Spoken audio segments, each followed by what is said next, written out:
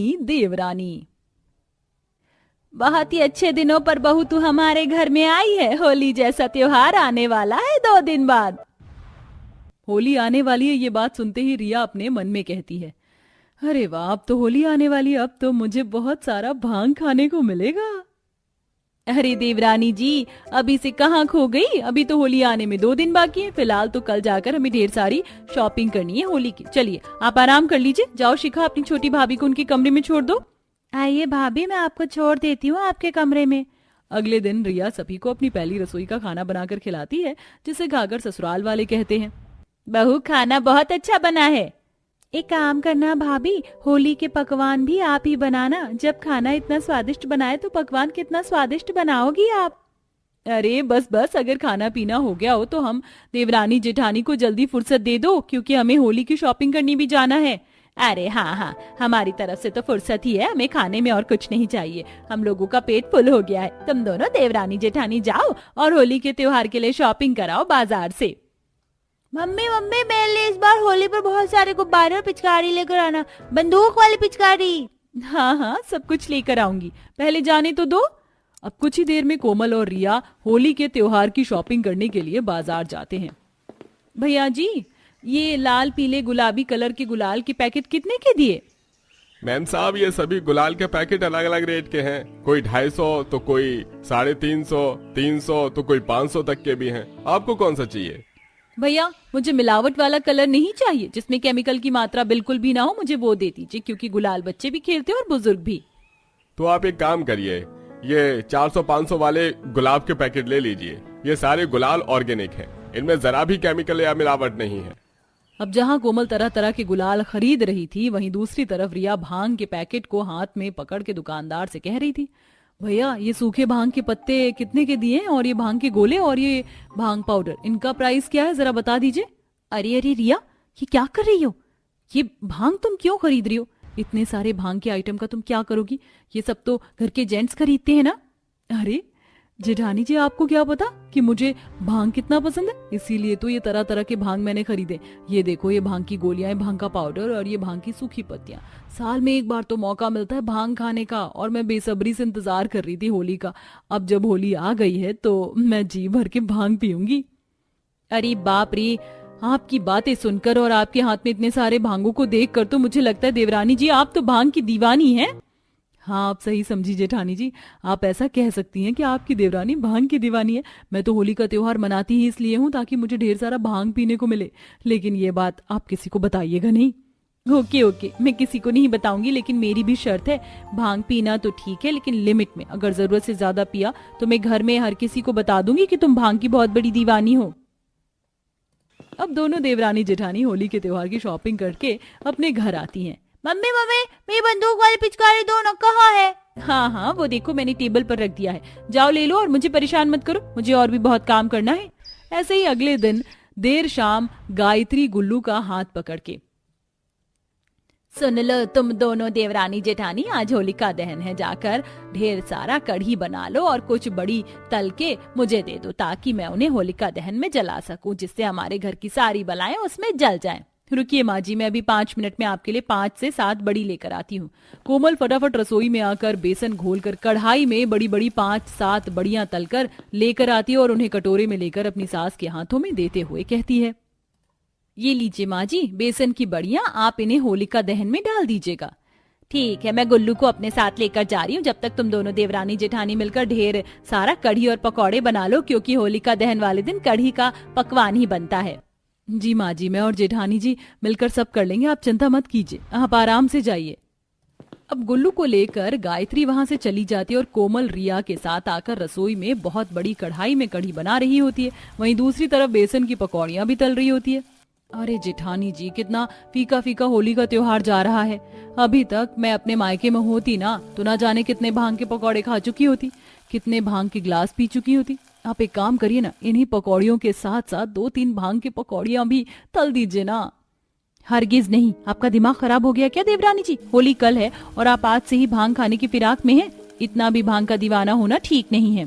अब कोमल रिया के भांग के पकौड़ों को तलने से मना कर देती है, लेकिन जैसे ही कोमल इधर उधर होती है कि रिया चुपचाप से 2-3 भांग के पकौड़े तलकर फटाफट उन्हें खा लेती है और खाते ही भांग उसके शरीर पर अपना असर दिखाना शुरू कर देता है और रिया बिना बात के हंसना शुरू कर देती है, जिसे देखकर कोमल घबराती हुई कहती है, अरे देवरानी जी, अचानक से आपको क्या हो गया? आप इतना क्यों हंसी जा रही हैं? अभी तो मैंने कोई जोक भी नहीं मारा।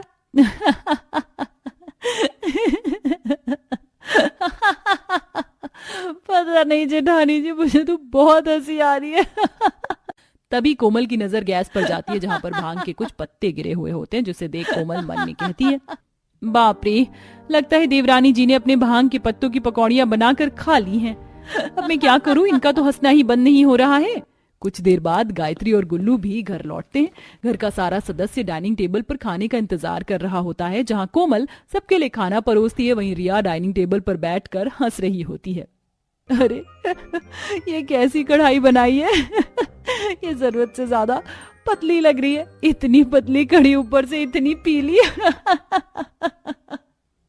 छी भाभी, ये क्या बोल रही हो? अरे कोमल बहू, रिया को क्या हो गया है? ये ऐसे पागलों की तरह क्यों हंसी जा रही है? महेश, इसको अपने कमरे में लेकर जा। अब महेश रिया को लेकर कमरे में आता है और अभी भी वो तेज तेज हंसे जा रही थी। हे भगवान, हे देवी, कृपया करके आप शांत हो जाइए और ऐसे राक्षस की तरह हंसना बंद करिए। कल सुबह होली और मुझे 36 काम करने हैं। अरे मुझे भी बहुत तेज नींद आ रही है, लेकिन मेरी हंसी बंद ही नहीं हो रही है। ऐसा लग रहा है कि मेरे पेट में कोई गुदगुदी कर रहा है। मेरी हंसी रुक ही नहीं रही है। अब अगले दिन सुबह होली का त्योहार आता है, जहां कोमल कढ़ाई में गरम गरम गुजिया तल रही होती है। अरे जेठानी जी, कितने ड्राई फ्रूट्स वाली गुजिया तलेंगी? अब 1-2 मेरे लिए भांग भर के गुजिया बना दीजिए ना। देवरानी जी, तुम तो रहने दो, तुम तो भांग की दीवानी ही हो, और तुम्हारे चक्कर में अगर किसी और ने ये भांग की गुजिया खा ली ना, तो वो भी तुम्हारी तरह पागलों की जैसे हंसता फिरेगा। अब रिया मुंह लटका के हॉल में आती है, जहां उसकी नजर टेबल पर रखे ढेर सारे भांग के ग्लास पर जाती है। तभी रिया फटाक से एक भांग का ग्लास उठाती है। तभी वहां खड़े जेठ, देवर, ससुर औरों की नजर रिया पर जाती है। अरे रे रे रे, ये क्या कर रही हो? ये तुम्हारे लिए नहीं है, ये बाहर से आए हुए लोगों के लिए है। दूर हटो, छोड़ो मुझे। अरे होली में भांग नहीं पिया तो क्या खाक होली मनाई? अब रिया महेश के हाथ से भांग का ग्लास छीनकर गटक जाती है, जिसके बाद रिया की हंसी रुक ही नहीं रही थी। अब रिया पूरी तरीके से अपने होश खो बैठी थी और फिर रिया हाथों में ढेर सारा गुलाल लेकर अपने ससुर के गालों पर रगड़ने लगती है। अरे अरे बहू, क्या कर रही है? ये तेरे ससुर है, तेरे पति नहीं, जो उनके गालों पर इतनी बेशर्मी से रंग लगाई जा रही है। रिया को किसी की बातों का कुछ फर्क ही नहीं पड़ रहा था। अब रिया नशे की हालत में मोहल्ले में आ जाती है। बहू, घर के अंदर चलो, तुम होश में नहीं हो। तभी सामने से एक लड़का अपने हाथों में सड़े हुए अंडे की ट्रे लेकर आ रहा होता है और रिया बिना कुछ सोचे समझे उसी अंडों को उठाकर अपनी सास के सर पर फोड़ देती है। तभी पड़ोस की बिमला कहती है, देख रही हो सरला, गायत्री की नई बहू नशे में होली खेल रही है। आजकल की बहू को तो शर्म लिहाज ही नहीं है। राम राम राम राम, बहू ये क्या किया? ये सड़े हुए अंडे मेरे सर पर क्यों फोड़ दिया? तभी वहां पर महेश आता है। माँ, रिया ने जरूरत से ज्यादा भांग पी ली है। अभी कहाँ, अभी तो मुझे थोड़ी और भांग पीनी है। देवर जी, आप सही कह रहे हैं। रिया तो होली के एक दिन पहले से ही भांग पी रही है, लेकिन डर के मारे ये बात मैंने किसी को बताई नहीं। तभी गुल्लू अपने हाथ में भांग का ग्लास लेकर आ रहा होता है। ये देखो मेरे पास क्या है, भांग। तभी गुल्लू की बातें सुनकर रिया झट से उसके हाथ वाली भांग भी गटक जाती है। रिया, ओह शिट, अब ये ओवरडोज हो रहा है। भांग रिया के दिमाग पर भी असर कर सकता है। अब लास्ट भांग का ग्लास पीने के बाद रिया इतना हंसती है कि हंसते हंसते वहीं बेहोश होकर गिर जाती है। सभी लोग रिया को डॉक्टर के पास लेकर जाते हैं। भांग का जो नशा है उनके दिमाग पर चढ़ गया है। अगर आप थोड़ी और लेट करते तो इनकी मौत भी हो सकती थी। और देवरानी जी बहुत भांग की दीवानी बन रही थी ना, अब पता चला कि मैं आपको क्यों भांग पीने से मना कर रही थी। हाँ जेठानी जी, आप सही कह रही है। आज के बाद मैं कभी भांग नहीं पीऊंगी और नॉर्मल गुलाल और पकवान खाकर ही होली का त्योहार सेलिब्रेट करूंगी।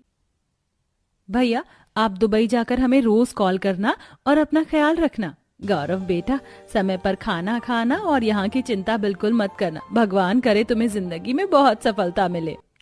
चलो गौरव, अब हमें निकलना होगा, वरना दुबई जाने वाला प्लेन निकल जाएगा। ओ, मैंने सुना है कि तुम्हारा गौरव दुबई जा रहा है नौकरी के लिए। ये तो इतना पढ़ा लिखा भी नहीं है, फिर दुबई में इसकी नौकरी कैसे लग गई? जरूर लेबर के काम के लिए ही जा रहा होगा। वैसे भी तुम गरीबों की तो यही हैसियत होती है। आप क्यों बार बार हमारा मजाक उड़ाने के लिए आ जाती हैं? अगर कुछ अच्छा नहीं कह सकती तो बुरा भी तो मत कहिए। तो कुछ गलत थोड़ी ना कहा है, जिसकी जितनी हैसियत होती है वो वही तो करता है।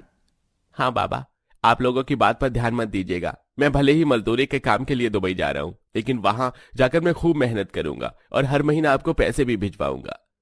गौरव का परिवार काफी बुरे दिनों से गुजर रहा था। गौरव का बड़ा भाई सुमित एक मामूली दिहाड़ी की नौकरी करता था। रोज के मिलने वाले 100-200 रुपए में पूरे घर का गुजारा चलाना काफी ज्यादा मुश्किल था। उसके चलते अब गौरव अलग अलग जगह पर नौकरी ढूंढता है।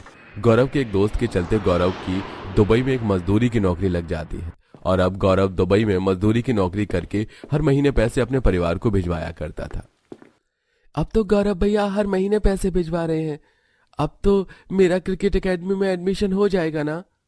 तेरा भाई जितने पैसे भिजवा रहा है उतने में बस हमारा गुजारा ही चल सकता है, तो फिर भी क्रिकेट एकेडमी में एडमिशन लेने की बात कर रहा है। मोनू का तो अभी तक स्कूल में दाखिला नहीं हुआ है। जरा उस बेचारे के बारे में तो सोच। मुझे तो लगा था कि भैया दुबई में नौकरी करने जा रहे हैं तो काफी पैसे कमाएंगे और हमारे घर के हालात ठीक हो जाएंगे। वो दुबई में नौकरी करता है, लेकिन दुबई के खर्च भी कम नहीं होते हैं ना। न जाने कब हमारे हालात ठीक होंगे। समय गुजर जाता है। गौरव हर रोज की तरह कंस्ट्रक्शन साइट पर अपना काम कर रहा होता है कि तभी एक बड़ा सा पाइप एक नैना नाम की लड़की पर गिरने वाला होता है। दरअसल नैना दुबई में काफी रईस परिवारों में से थी। यहाँ तक गौरव जिस कंपनी के लिए काम करता था वो कंपनी भी नैना की ही थी। इससे पहले नैना के साथ कोई हादसा होता, गौरव उसे अपनी जान पर खेलकर बचा लेता है, जिसके चलते गौरव के हाथ पैर काफी घायल हो जाते हैं। मैडम जी, आप ठीक तो है ना? ओह गॉड, उनके हाथ से तो काफी ब्लड निकल रहा है। जल्दी से कोई एम्बुलेंस को कॉल करो। नैना भी गौरव के साथ हॉस्पिटल जाती है। गौरव की बहादुरी देख गौरव से काफी ज्यादा इंप्रेस हो जाती है। गौरव भले ही गरीब था, लेकिन वो दिखने में काफी ज्यादा हैंडसम था।